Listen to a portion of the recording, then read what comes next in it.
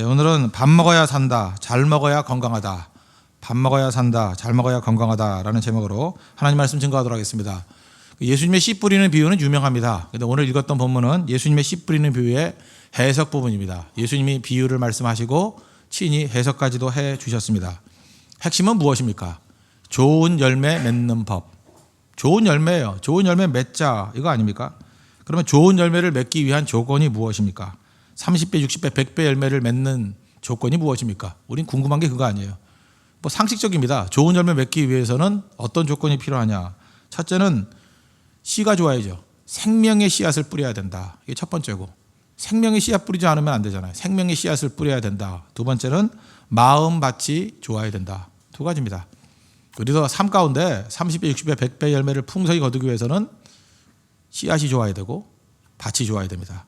이 두 가지를 제대로만 붙든다 그러면 우리 삶 가운데 풍성한 열매를 거두는 승리의 인생이 될 것입니다. 차례도 살피겠습니다. 첫 번째는 좋은 열매 맺기 위해서는 생명의 씨앗을 뿌려야 된다는 것입니다. 18절과 19절 앞부분까지 보겠습니다. 그런즉 씨 뿌리는 비유를 들으라. 아무나 천국 말씀을 듣고 그랬죠. 이 씨가 뭐라는 거예요? 천국 말씀이다. 씨는 말씀이다. 뭘 뿌려야 됩니까? 말씀의 씨앗을 뿌려야 된다는 것입니다. 말씀을 뿌려야 열매를 거둘 수 있다는 것입니다. 며칠 전에 살폈죠. 갈라디아서 6장 8절 보니까 자기 육체를 위하여 심는 자는 육체로부터 썩어질 것을 거두고 성령을 위하여 심는 자는 성령으로부터 영생을 거두리라. 심은 거 거둔다는 거예요. 심은 거. 그러니까 육체를 심으면 육체 거두는 거고 성령을 심으면 성령의 것으로 영생을 거둔다는 것입니다. 그러니까 말씀을 심으면 말씀의 열매를 거두게 된다는 것입니다. 그러면 우리의 인생에서 해야 될 일이 뭐예요? 말씀 뿌려야죠. 교회의 사명이 무엇입니까? 신실하게 말씀 뿌려야죠. 교회는 딴 거 하는 거 아닙니다. 1차적인 건 말씀이에요. 뭐 구제라든지 뭐 나머지 봉사라든지 이런 거는 2차, 3차 얘기고 교회가 생명에 그런 데고 영생을 줄 수 있는 말씀 뿌려야 된다는 것입니다. 그래서 강단이 제일 중요해요. 성도들의 전도가 제일 중요하다고요. 말씀 뿌리는 거 교회가 하지 않으면 누가 하겠습니까? 교회에게만 맡겨준 사명이라는 것입니다. 그래서 신실하게 말씀 뿌리는 일이 있어야 된다는 것입니다.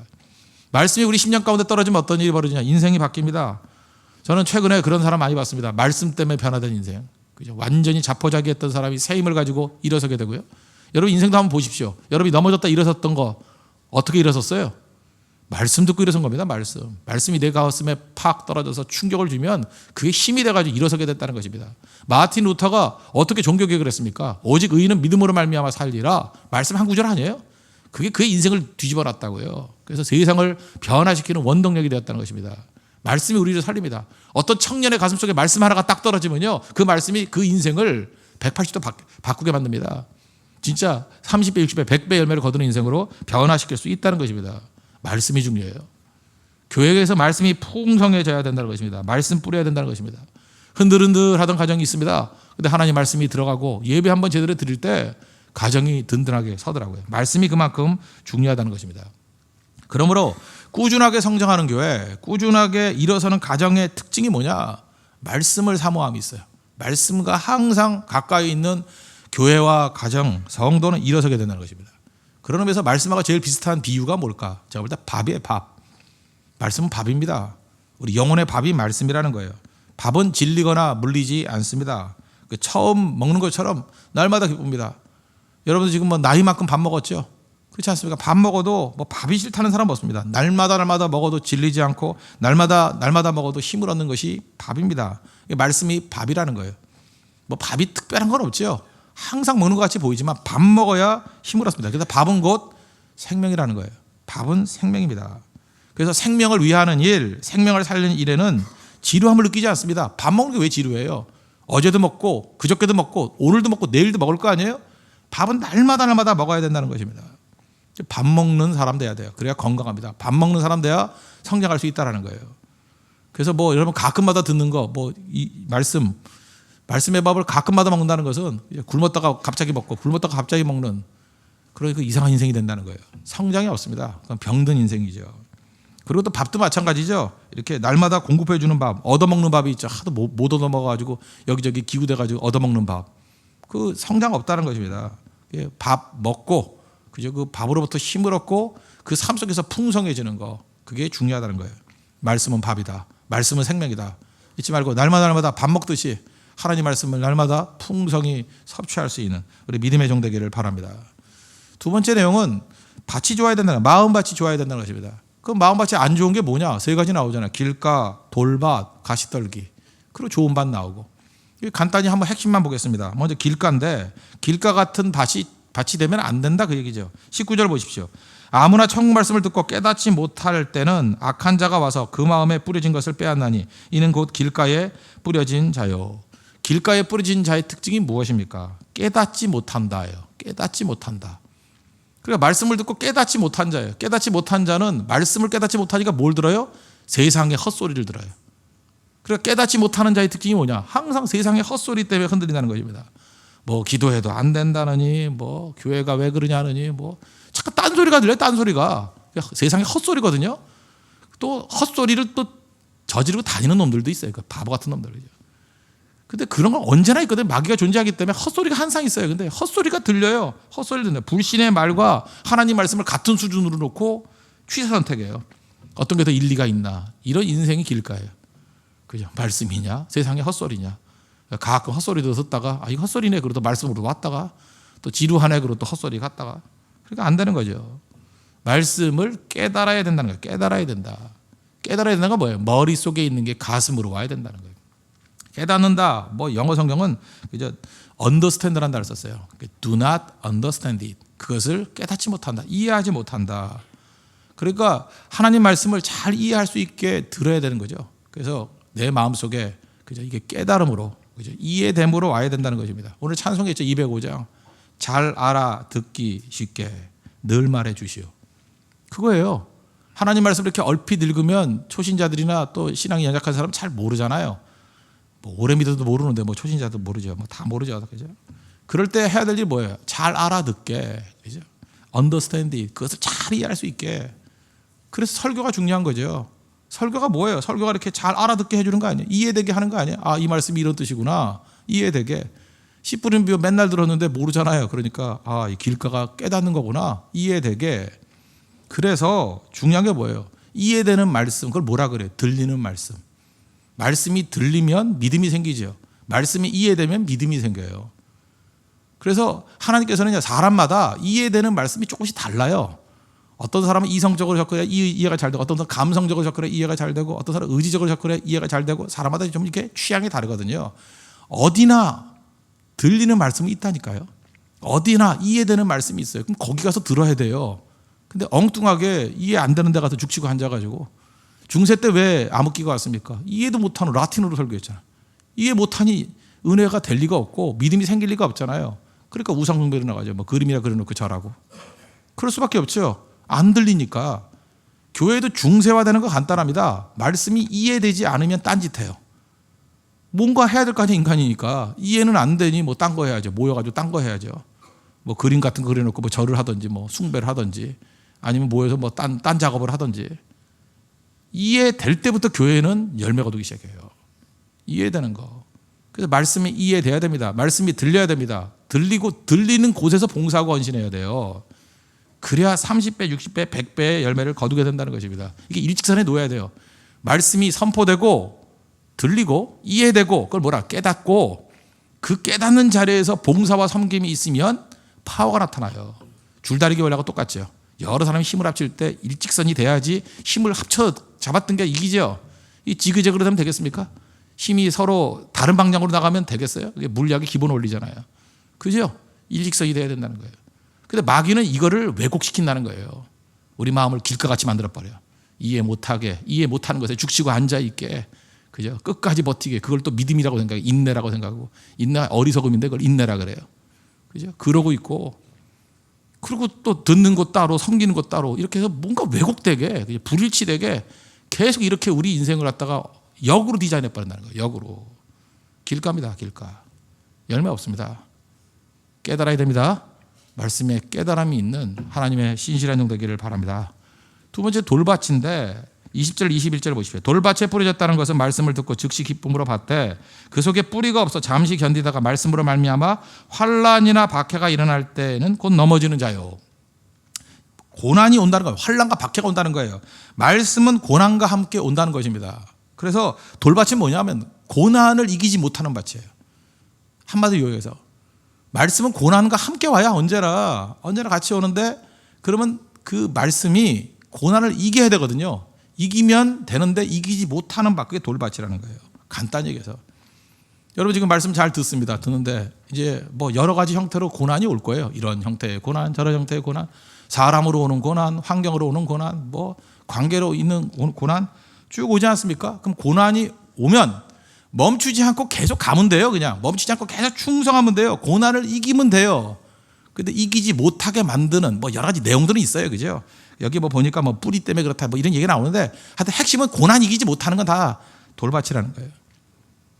그래서 고난이 온다는 건 뭐예요? 이게 내가 진짜 옥토냐 아니냐를 증명하는 중요한 거죠. 고난 이기면 됩니다. 고난보다 더 큰 게 축복이에요. 하나님 축복과 은혜를 부어주십니다. 이기고 순종해야 된다는 거예요. 그리고 여기서 하나의 팁인데 고난을 이기는 과정 속에서 우리는 눈에 안 보이지만 뿌리가 자라요. 믿음의 뿌리가 자란다고. 그죠? 믿음의 뿌리가 깊이 자란다는 것입니다. 제가 옛날에 뭐 그런 비유로도 많이 들었는데 캐나다 가면 그 전나무가 20m씩 쫙쫙 뻗어 있어요. 환경이 너무 좋대요. 뿌리가 약해요. 바람 한번 불면 뿌리가 1m밖에 안 된대요. 다 뽑혀버려요. 반면에 제가 볼 때 최고 악조건으로 살아남아 있는 나무는 사이판이에요. 사이판 그 산꼭대기에 가면 타포차오라고 내가 기억나는데 타포차오라는 산이 있어요. 타포차오. 옛날에 거기 쓰나미가 왔을 때 그 타포차오 뭐 10m인가 20m 빼놓고 물에 다 잠겨 버렸대요. 사이판. 그래서 그 바다 위에 며칠 동안 떠 있다가 살아남은 사람만 있었다. 뭐 이런 얘기가 있어요. 그냥 몇십 년 전에. 한 5, 60년 전에. 아직도 그 기억이 있더라고, 그 사람들. 그래서 쓰나미를 굉장히 무서워해요. 그 사이판 사람들. 타포차오 산이라고. 꼭대기 가면은 그 제가 이름 지었어요. 낙타무릎 나무라고. 제가 이름 지었어요, 그 나무에. 높이가 한 2m밖에 안 돼요. 꼭대기에 있는데.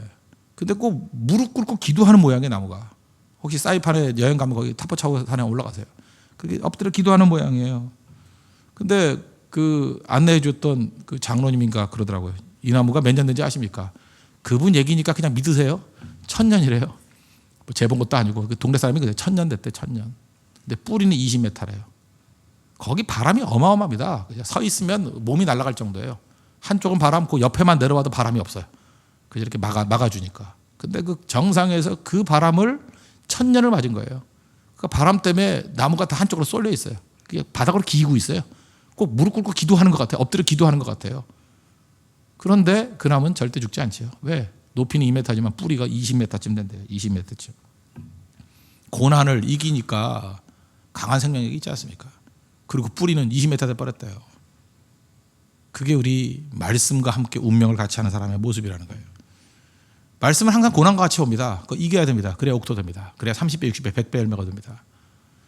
사도 바울이 믿음의 아들인 디모데에게 디모데후서 1장 8절 후반부에 보니까 이렇게 얘기했어요. 오직 하나님의 능력을 따라 복음과 함께 고난을 받으라.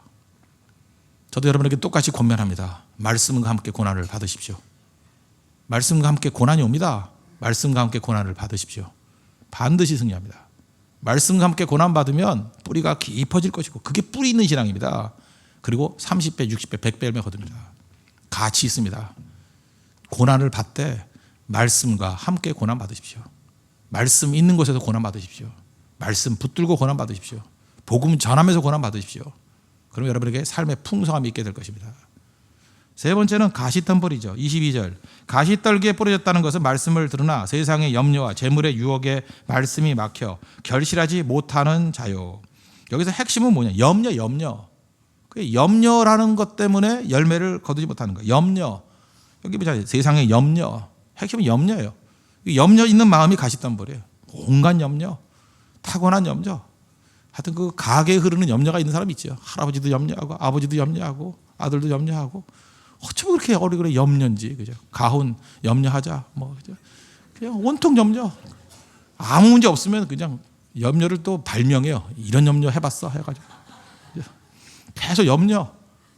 염려라는 그 헬라어 단어가 메림나오라는 단어인데 메림나오. 뭐 이 정도 단어는 한번 뭐 외워도 좋아요. 메림나오. 마음이 나누어졌다라는 거예요. 염려가 뭐예요? 마음이 나누어지는 거예요. 두 쪽으로 쫙 나눠지는 거예요. 두 마음 가진 거예요. 두 마음이 염려예요. 두 마음이 염려. 맨날 염려하잖아요. 그러니까 염려하니까 열매 못 거두죠. 말씀 붙들고 믿음이 들어가야 되는데 염려가 들어가요. 염려가. 뭐 갑자기 이렇게 새벽기도 하다가 이렇게 새벽기도만 하다가 내가 잘 될까 뭐 이런 거. 또 신문 기사 좋은 기사 다 있는데 가끔 그런 거 있어요. 뭐 새벽에 일찍 일어나서 뭐 나가던 사람 뇌졸중에 걸릴 확률이 높다 뭐 이러면 그렇죠. 아니 새벽기도 다 뇌졸중 걸리는 사람이 도대체 1000만 명 중에 하나나 있을까? 그 뭐 있지도 않은 일 갖고 있잖아요. 그런 거 가지고 또 염려가 와가지고 새벽기도 중단 뭐 이런 사람도 있었어요. 진짜 있었다고요. 한 번은 또 무릎 꿇고 기도했더니 무릎 꿇고 기도하다 관절염에 걸린대. 지가 얼마나 무릎 꿇고 기도했다고, 그죠? 무릎을 얼마나 꿇었다고. 뭐 자전거 좀 타라 그랬더니 뭐 전립선의 문제. 그 한 7시간씩 타야지 그렇게 되는 거예요. 자전거 뭐 40분도 못 타는 사람들이 뭘. 속 터지죠. 있지도 않은 일들. 염려. 갑자기 11조 하다가 망하는 거 아닌가 맨날 이런 생각이 들고. 파산하는 거 아닌가. 그다음 또 별 사람 다 있어요. 뭐 자기가 간사하다가 결혼을 못했대. 웃기고 있는데 뭐 잘 되는 거 지가 다 잘 되는 거 뭐 안 되는 거 뭐 간사하다가 리더하다가 뭐 하다가 그러니까 이런 게 바로 뭐예요? 이런 게 이게 가시떨기라고 가시떨기. 이런 마음 다 준다는 거예요. 마음이 나눠주니까 유혹이 오죠. 유혹이 오니까 그냥 한 판에 끝낸다는 로또식의 제안을 해 마귀가 예수님 세 가지 시험 가운데 하나 있잖아요. 뭐 내게 절하게 말하면 다 준다 뭐 이런 식으로. 마귀의 달콤한 유혹. 그래서요. 시험에 빠지는 것도 내 책임이 큽니다. 마귀가 시험에서 빠지는 게 아니라 시험할 마음이 된 거예요. 마음이 나누어져 있으면 시험이 돼요. 알아요? 여러분 마음 가운데 믿음이 없이 뭔가 이렇게 의욕의 눈초리를 쳐다보고 이러면 꼭 누가 와가지고 그 마음에 적당한 합당한 얘기를 꼭 해줘. 아무나 하는 거 아니에요. 아무나. 믿음이 굳건한 사람한테는 건들지도 못해요. 근데 흐느적하고 흔들흔들 하니까 이 소리 저 소리 다 들어오는 거죠. 그죠? 염려. 그러니까 염려 말고 해야 될 일이 뭡니까? 충성하면 돼요. 세상에서 제일 행복한 사람이 충성이에요. 하나밖에 없는 거. 충성은요 희생이 아니에요. 그건 제일 마음이 평안한 거고 마음이 확고한 거고 마음의 기쁨이 충만한 겁니다. 마태복음 6장 31절 보니까 그러므로 염려하여 이르기를. 염려하는 사람 보세요. 밤낮 하는 짓이 뭐냐? 무엇을 먹을까? 무엇을 마실까? 무엇을 입을까? 이런 거 하지 말래요. 이런 거 다 이방인들이 한다. 이게 믿지 않는 사람들이 하는 거다. 하늘에 계신 아버지께서 너에게 이 모든 것이 있어야 될 줄 아시니라. 안다는 게 뭐예요? 주신다는 거예요. 뭘 걱정하냐 그거. 니네가 할 일이 뭐냐? 유명한 구절 마태복음 6장 33절. 그런즉 너희는 먼저 그의 나라와 그의 의를 구하라. 그리하면 이 모든 것을 너희에게 더하시리라. 여러분 분명합니다. 주의 일에 죽도록 충성해 보십시오. 나머지 저절로 다 풀려요. 진짜 그래요. 한 가지만 잘하면 돼. 한 가지만. 그죠? 한 가지 그것만 주님께 충성만 다하면 나머지는 다 풀린다고요. 하나님이 붙들어 주시는 거예요. 잊지 마십시오. 그 염려하지 말라 그러는 마태복음 6장에서 계속 나오는 게 뭐예요? 공주 나는 새를 봐라. 굶어 죽은 새 봤냐? 뭐 이러고. 그냥 백합화를 봐라. 예쁘지? 너보다 훨씬 예뻐. 너 맨날 뭐 스킨케어하고 피부 관리 해봐야 그것보다 못해. 뭐 그 얘기 아니에요? 옷 입어봐야 뭐 별거냐. 진짜 그래요. 하나님이 축복해 주시면요. 별것도 아닌데 예쁘게 보이면 예쁜 거죠. 예쁜 게 좋아요? 예쁘게 보이는 게 좋아요? 예쁘게 보이는 게 좋아요. 신데렐라 가난하지만 예쁘게 보이니까 뭐 왕자님하고 맨날 뭐 그런 거 하죠. 동화지만 물론. 그거잖아요. 그게 다 풀리는 거야. 그렇게 풀리는 거라고요. 그러니까 여러분들 요즘에 속지 마십시오. 저는 이상한 게 뭐냐면 맨날 그 건강 관리하는 사람. 그 되게 오래 못 살아요. 그런 사람들이. 제가 어떤 민족을 비하하는 거 아니에요. 일본 사람 보십시오. 일본 사람들 보면 정말 내가 일본 사람 내가 아는 사람이 많은데 정말 건강 관리 일본 사람만큼 철저히 했어요. 저한테 맨날 뭐 그 맛도 없는 건 낫동가 뭔가 뭐 그런 거 맨날 먹으래. 끈적끈적한 거. 잡았던 게 여기까지 뭐 늘어나는 거. 이걸 먹어야 건강하다. 그거 저한테 권해주시는 분 돌아가셨어요. 돌아가셨고. 뭐 안전을 챙겨야 된다. 뭐 안경. 내가 일본 사람 만나 보니까요. 제 친구들도 꽤 되는데, 그죠? 몸에 좋다는 거 다 먹어요. 더 많이 먹지도 않아요. 진짜 소식해요. 뭐 일본 사람 많이 먹는다. 진짜 안 그래요. 소식하고 조금 먹고 좋다는 거 다 골라 먹고. 제가 뭐 우리 한국에 왔더니 어디 가자 그러냐면 무슨 버섯, 송이버섯 어디 파는 데가 있대. 나 알지도 못하는데 그거 좀 사달래. 되게 비싸대. 같은 그것도 사줘도 그죠? 뭐 좋다는 거 골라 다 먹어요.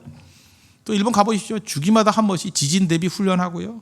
지진에 대해서 철저히 대비합니다. 그리고 항상 자랑해요. 그죠? 이게 내진 시설이 돼가지고 지진 9.0이 돼도 뭐 끄떡없다고 맨날 이래요. 그랬던데 이번에 쓰나미 한번 밀어닥치니까 다 죽잖아요. 안 그래요? 제가 그 아는 센다이에 계신 그 전도했던 어떤 그 중년 아저씨가 계세요. 제가 한번 물어봤어요. 이번에 왔던 선교사님 계셔가지고 그분 어떻게 됐냐 그랬더니 그 건강관리 무지하게 잘하시는 분이었거든요. 쓰나미 때 돌아가셨대. 반면에 우리나라는 어때요? 거의 대비가 없어요.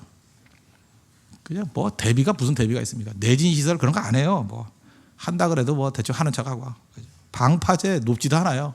일본은 30m라는데 우린 뭐 방파제 높이뛰기 하면 넘겠어. 뭐 그 정도고. 원자력 발전에 글쎄 불량 부품을 집어넣는 나라예요. 이게 보통 나라가 아니잖아요. 그죠? 원전 비리 이게 말이 되는 얘기예요, 말이. 근데 우리 애국가를 많이 부르는 것 같아요. 하나님이 보호하사 우리나라만. 제가 지금 이거 비아냥거리는 게 아니라 인생이 그래요. 철저히 대비하고 철저히 준비하고 철저히 관리하지만 한번 팍 자연재해 미르니까 대비가 아무 소용이 없더라고. 지진 대비 아무리 잘해봐요. 지진 한번 흔들면 다 가는 거죠. 일본에서 지진에서 제일 안전하다는 도시가 고베였거든요. 고베 대지진 기억나시죠? 제일 안전하다, 제일 안전하다. 일본에서 제일 안전한 건 고베. 하나님 거기를 치시잖아요.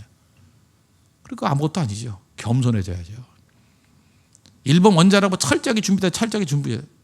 후쿠시마, 그 뭐 쓰나미 한번 밀어닥치니까 뭐 30m, 50m까지 파도가 올라갔다면서요. 그걸 어떻게 막아요, 그걸? 인간이 대비해야 되겠지만 인간의 대비로 다 되는 게 아니에요. 지금 준비하자 말자는 얘기가 아니에요. 인간의 근본은요. 근본은 하나님이 피난처예요. 그거 붙들어야 됩니다. 하나님이 피난처지. 내 대비는 그 어떤 최소한의 분량이지. 그게 나를 지키는 게 아니에요. 노후 준비 다 됐대요. 노후 준비 다 됐대. 뭐냐 그랬더니 연금 나온대. 연금이 노후 준비 아니에요. 연금 관리 공단이 망하면 연금도 없어요. 그거 잊지 마세요, 여러분들. 믿을 걸 믿어요. 지금 미국 자동차 협회가 디트로이트 자동차 협회가 그래요. 뭐 노후 든든하다 그러는데 그 돈이 다 떨어져가지고 못 줘요 지금 연금. 알아요? 세상에 믿을 게 하나도 없어요. 하나님 믿고 의지하는 거예요. 그런데 여기 보세요. 염려 이런 것 때문에 말씀이 역사를 못 한다고요. 염려로 먹고 사는 대표적인 게 보험업이라 그랬죠. 보험업 온갖 걱정 다 만들게 만들어서 보험 최고의 보험 하나님입니다. 피난처 있으니 환난을 당한 자 다 내게로 오라. 그게 주님의 음성이라는 것입니다. 하나님만 믿고 의지하십시오. 그래서 23절 보십시오. 좋은 땅에 뿌려졌다는 것은 말씀을 듣고 깨닫는 자니 결실하여 어떤 것은 100배, 어떤 것은 60배, 어떤 것은 30배가 되느니라. 그러니까 할 일이 뭐예요? 깨닫고 결실하는 거죠. 그러니까 우리 세 가지 배척해야 됩니다. 하나가 뭐예요? 세상의 헛소리 배척해야 되고 고난과 함께 복음 말씀 붙들어야 되고 그 다음에 염려 다 이기고 말씀 깨닫고 믿음을 행하면 30배, 60배, 100배 거둔다는 것입니다. 세상의 헛소리 다 날려버리십시오. 고난과 함께 말씀 붙드십시오.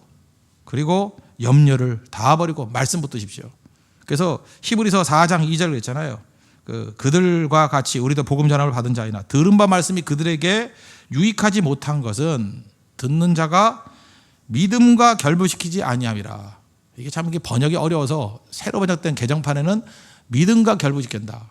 개역 한글판에는 뭐라 했어요? 믿음과 화합지 않았다. 킹제임스 버전은 화합이라는 말을 썼어요. 킹제임스 버전은 뭡니까? Not being mixed with faith. 믿음과 섞지 않아서 믹스. 우리 여러분들 믹스 커피 많이 드시죠? 믹스 페이스를 붙으십시오. 믹스 믿음. 그죠? 믿음을 섞어야 돼, 믿음을. 모두 듣고 난 다음에 내 믿음을 팍팍 섞어야 능력이 나타나거든요. 30배, 60배, 100배 열매의 비결은 어디에 있습니까? 믿음에 있다는 거예요. 믿음. 말씀을 들 때 믿음을 섞으십시오. 그죠? Being mixed with faith. 믿음을 섞으면 그때부터 역사가 나타나요. 그죠? 믿음을 섞으면 항상 믿음으로 반응하십시오. 그럴 때 30배, 60배, 100배 열매가 얻는 하나님의 거룩한 백성이 될 것입니다. 기도하겠습니다. 이 시간 다 이 말씀 듣고 하나님 앞에 간구합시다.